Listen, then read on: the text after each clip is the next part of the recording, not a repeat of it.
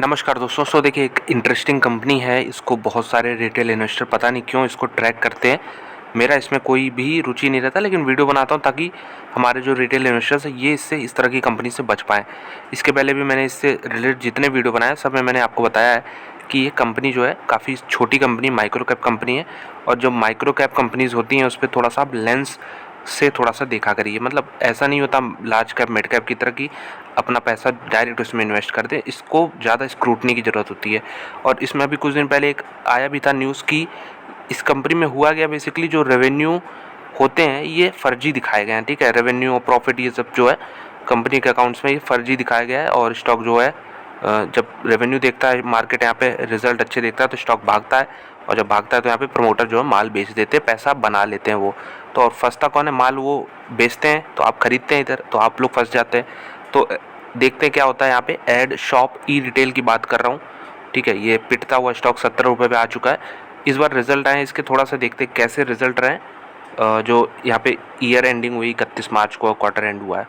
सबसे पहले यहाँ पे अगर हम देखें तो इनका टोटल रेवेन्यू कितना रहा है इस क्वार्टर में। देखिए टोटल रेवेन्यू, अब रेवेन्यू पे भरोसा किया जा सकता है कि नहीं पता नहीं। 58 करोड़ का टोटल रेवेन्यू है। पिछले क्वार्टर में ये 57 करोड़ था और एक साल पहले यहाँ पे 47 करोड़ था। तो कोई देखेगा नया आदमी तो कहेगा कि कितना शानदार नंबर है। 47 से 58 हो गया, यानी 11 करोड़ का ग्रोथ है। छोटी कंपनियों में लोग पैसा इसलिए लगाते हैं क्योंकि उधर मल्टी बैगर रिटर्न्स मिलने के पॉसिबिलिटीज़ होती हैं। लेकिन मल्टी बैगर के साथ साथ 50, 60, 70, 90% की गिरावट भी मिल सकती है अगर फ्रॉड निकला कहीं पे या फिर कॉर्पोरेट गवर्नेंस के इशू हुए, कंपनी बंद हो गई। तो ये सब रिस्क इसमें इस तरह की कंपनी में काफ़ी ज़्यादा होता है। इसके लिए आपको रेडी रहना पड़ेगा।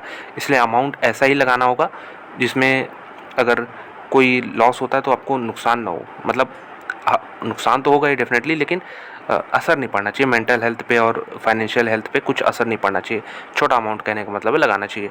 एक्सपेंसेस देखते हैं तो टोटल कंपनी के खर्चे देखिए 40 करोड़ था इधर पिछले साल, पिछले क्वार्टर में 51 करोड़ था। इस क्वार्टर में ड्रेस्टिकली ये बढ़ के 68 करोड़ हो गया। इसका प्राइमरी रीज़न क्या रहा है? हालांकि मटेरियल कंजम्पशन जो ये बनाते हैं प्रोडक्ट्स ज़्यादातर आयुर्वेदिक के होते हैं, मैंने सुना है यहाँ पे, तो 50 करोड़ के आसपास ही है। लेकिन इन्वेंट्रीज़ में यहाँ पे इस बार गेन नहीं मिला है जैसा पिछली बार मिला था। और एक बार आप देखिए कंपनी को इस बार नुकसान हो चुका है। ये जो 7 करोड़ का प्रॉफिट था पिछले साल, पिछले क्वार्टर में 6 करोड़ का प्रॉफिट था। इस क्वार्टर में कंपनी को 10 करोड़ का नुकसान हो चुका है। ठीक है, तो ये दिक्कत की बात है। यहाँ पे रेवेन्यू बढ़ा है लेकिन नुकसान यहाँ पे बन गया है। और ईपीएस अगर आप देखेंगे तो -2.47 का ईपीएस दिख रहा है यहाँ पे। पिछले क्वार्टर में 0.89 था, 0.87 था। तो देखिए मार्केट को बहुत सारी चीज़ें पहले से पता होती है, आपको और हमको नहीं मालूम होगा। लेकिन जो बड़े बड़े प्लेयर्स हैं जो यहाँ पे इस कंपनी में भी प्ले करते हैं, बड़े प्लेयर्स मतलब इसमें एफआईआईज तो आएंगे नहीं, लेकिन फिर भी हम लोग से तो जो बड़े प्लेयर होते हैं उनकी बात कर रहा हूँ, जो इस तरह की छोटी कंपनी में भी ऑपरेट करते हैं। तो उनको इन्फॉर्मेशन पहले से पता होती है। वो स्टॉक देख सकते हैं पिटता हुआ आज 17 रुपये पे खड़ा है। तो हो सकता है ये सब चीज़ें फैक्टर्ड इन हो ना हो, क्या पता। लेकिन इस तरह की कंपनी जहाँ भी कॉर्पोरेट गवर्नेंस के इशू आए, आप थोड़ा सा वहाँ पे संभल जाइए। यहाँ पे एक बार कैश फ्लो स्टेटमेंट देखते हैं तो कैश जनरेटेड कितना है यहाँ पे इस क्वार्टर, इस ईयर में इनफैक्ट नेगेटिव कैश फ्लो है यहाँ पे ऑपरेशन से। पिछले साल भी नेगेटिव था 2023 में, 2024 में भी नेगेटिव है। तो मेरे ख्याल से इस तरह का बिजनेस थोड़ा सा अवॉइड कर सकते हैं। तो कॉर्पोरेट गवर्नेंस इश्यूज ऑलरेडी इसमें आए हैं। कंपनी के बारे में अगर आप देखें तो मात्र 50 करोड़ की कंपनी है ये। ठीक है, स्टॉक का पी बहुत सस्ता है, 4 रुपये का। प्राइस टू बुक वैल्यू के नीचे ट्रेड कर रहा है, मतलब 40 रुपये इसकी बुक वैल्यू है और 18 रुपये भी ट्रेड कर रहा है।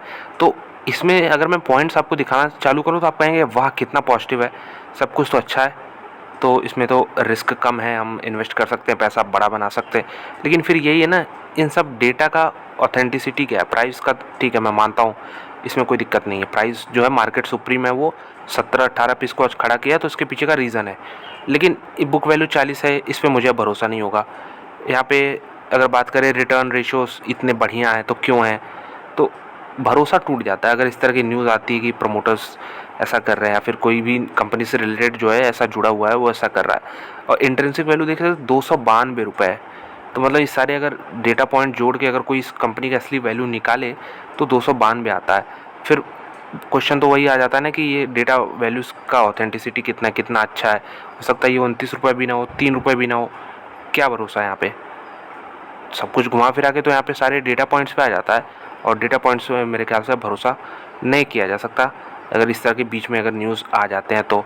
और एक ट्रेडिंग कंपनी है बेसिकली, इनका एक वेबसाइट है जहाँ पे ये इस तरह के प्रमोशनल बेस्ड या फिर कह सकते हैं प्रोडक्ट्स अपना आयुर्वेदिक से रिलेटेड बेचते हैं। तो अगर आप इनका देखेंगे 2016 से 2 करोड़ से सेल्स बढ़ के 5 करोड़, फिर 12 करोड़, फिर 22 करोड़। ठीक है, इस तरह ग्रोथ होता है कंपनी में, कोई दिक्कत नहीं है, ऐसा बहुत कंपनी में होता है। 37 करोड़ फिर डबल हो गया, 78 करोड़ यहाँ से फिर डबल हो गया। अब पिछले जहाँ लोग फंसे हैं इन्वेस्टर्स वो ये 2 साल है, 22 और 23। फिर यहाँ पे 156 से 197, अब पिछले जो यहाँ पे 1 साल खत्म हुआ उसमें 192, तो घट गया यहाँ पे 5 करोड़ के आसपास रेवेन्यू।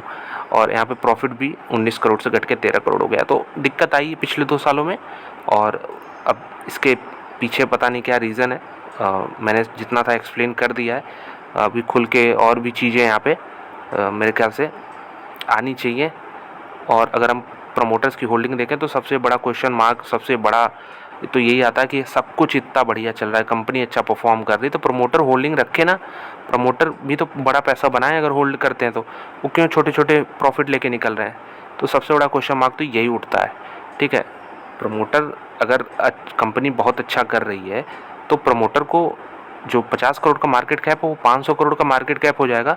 तो अगर प्रमोटर की यहाँ पे वैल्यू मान लीजिए यहाँ पे 30 करोड़ थी, तो यहाँ पे बढ़ के ये जो हो जाएगी यहाँ पे 300 करोड़ हो जाएगी प्रमोटर की वैल्यू, अगर बेचते नहीं है तो। और कंपनी अच्छा करती है तो ऐसा होगा भी, 50 करोड़ वाली कंपनी भाई 500 करोड़ की बन जाएगी, कोई दिक्कत नहीं है।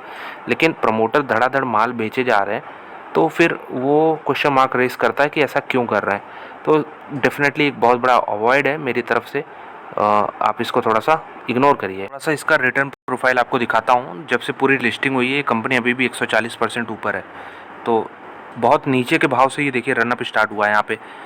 और यहाँ पे 1 साल में देख सकते हैं 58% नीचे। इनफैक्ट मैं आपको ये चार्ट दिखाऊँ तो यहाँ पे एक बुर्ज खलीफा पैटर्न यहाँ पे तैयार हो रहा है। यहाँ पे ये देखिए, ये बिल्डिंग बन गई है पूरी ऊँचाई, और यहाँ पे एक पिरामिड भी बन कह सकते हैं आप इसको, जो भी कह लें। लेकिन इस तरह का पैटर्न जो है बहुत ही मेरे ख्याल से ये जो फेज़ है इसमें बहुत लोग फ्रस्ट्रेट होते हैं, सोचते हैं कि अब बेस बनेगा इधर, अब कहीं फिर नई रैली स्टार्ट होगी, फिर वो सपोर्ट बार बार टूटते रहते हैं। अभी ये अगर हम बात करें 2019 में कितने पे था, 2019 में ये 7 साढ़े 7 पे था।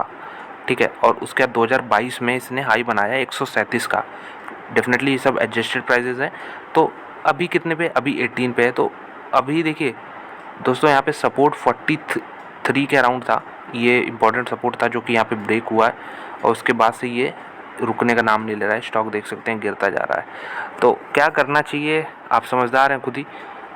इसमें अगर रिस्क लेना भी है तो ऐसा रिस्क लेना चाहिए कि उससे नुकसान ना हो, फिर मतलब पोर्टफोलियो पे असर ना पड़े। और अगर कोई बड़ा अमाउंट लगा के इसमें फंस गया तो फिर मेरे ख्याल से वो गलत अप्रोच थी इस तरह की कंपनीज़ में। और अभी भी हालांकि 2019 वाले भाव से तो ऊपर ही है। अब देखते हैं ये जो रिज़ल्ट आया इसको मार्केट कैसा पसंद करता है, क्योंकि Q4 के नंबर्स मैंने बताया EPS पूरा नुकसान हो गया 10 करोड़ के आसपास का, जो कि प्रॉफिट में हुआ करते थे। तो क्या ये चीज़ इसमें ये जो गिरावट हुई है ये सब मार्केट मान के चल रहा है क्या कि 10 करोड़ का नुकसान होने वाला है? यहाँ पे एटलीस्ट जो हम ये मंथली चार्ट है, अगर हम डेली चार्ट लगाते हैं तो अगर हम पिछले क्वार्टर से क्वार्टर देख लें तो ये जो गिरावट हो रही है, क्या ये अगर मार्केट फैक्टर इन करके चल रहा है क्या 10 करोड़ का इनको नुकसान होने वाला? अगर नहीं कर रहा है तो ये और गिरेगा। ठीक है, ये चीज़ है। अगर नहीं कर रहा है, मार्केट को लग रहा है चलो ठीक है ऐसा न्यूज़ आया बीच में, लेकिन कुछ ना कुछ प्रॉफिट आ जाएगा, अगर ऐसा है तो फिर ये और भी ज़्यादा गिरेगा। यहाँ पे थोड़ा सा समझ जाइए इन्वेस्टर्स लोग यहाँ पे।